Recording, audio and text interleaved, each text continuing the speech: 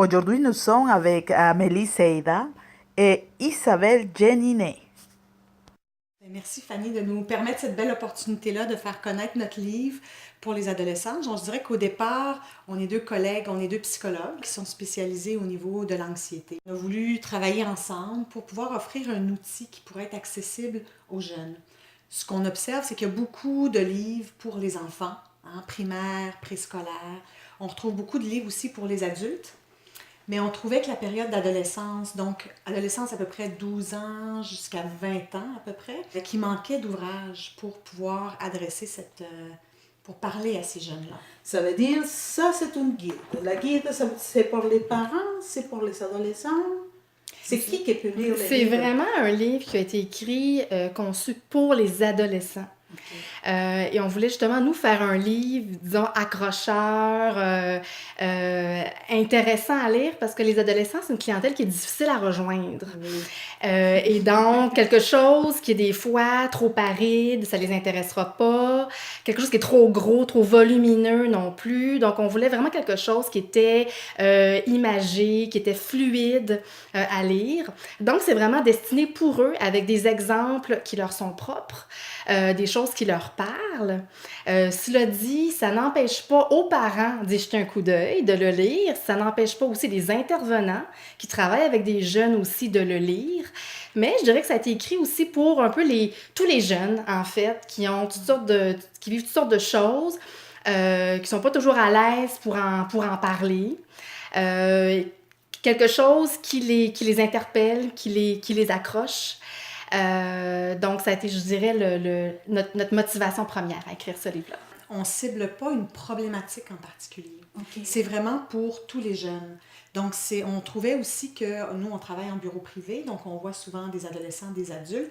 Et des fois, vous savez, les adultes, on prend des mauvais plis dans notre façon de gérer nos émotions, dans la façon de se parler, dans notre tête aussi. Des fois, on prend avec le temps des mauvais plis qui peuvent rajouter du stress, rajouter des émotions qui sont plus difficiles. Donc, d'adresser les jeunes adolescents qui sont en changement au niveau de leur identité, leurs valeurs et tout ça, que c'est en train de se construire. On trouvait ça intéressant de leur donner des bonnes habitudes plus jeunes.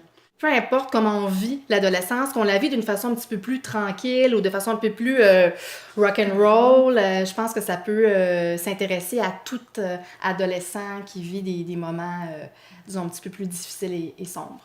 Puis on le voit pas, c'est en petit ici, parce qu'on parle de tout savoir pour composer avec les turbulences à l'adolescence, mais on a mis et révéler l'être génial, fantastique et exceptionnel que tu es. Oui. Donc on veut vraiment mettre l'accent sur promouvoir les forces signatures qu'on a en nous, puis de vraiment faire ressortir ces belles couleurs-là qui sont à nous, donc de se faire plus confiance.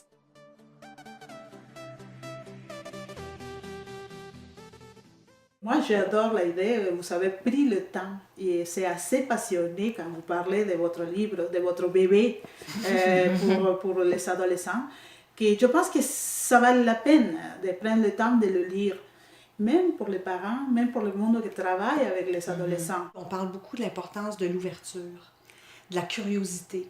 Donc justement, que quand il y a quelque chose qui nous déstabilise, que ce soit à l'intérieur de nous, de prendre le temps de juste observer, plutôt que tout de suite partir en mode panique et d'être curieux.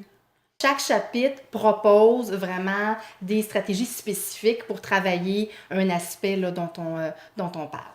On parlait tout à l'heure un peu peut-être des jeunes immigrants, peut-être qu'on Oui, pourrait en oui, glisser, aussi. en glisser un mot, parce qu'effectivement, il y a peut-être des gens qui sont dans une situation d'adaptation qui est un peu hors du commun, là, qui dépasse un peu les petits stresseurs qu'on peut vivre au quotidien. Il peut y avoir beaucoup d'émotions aussi.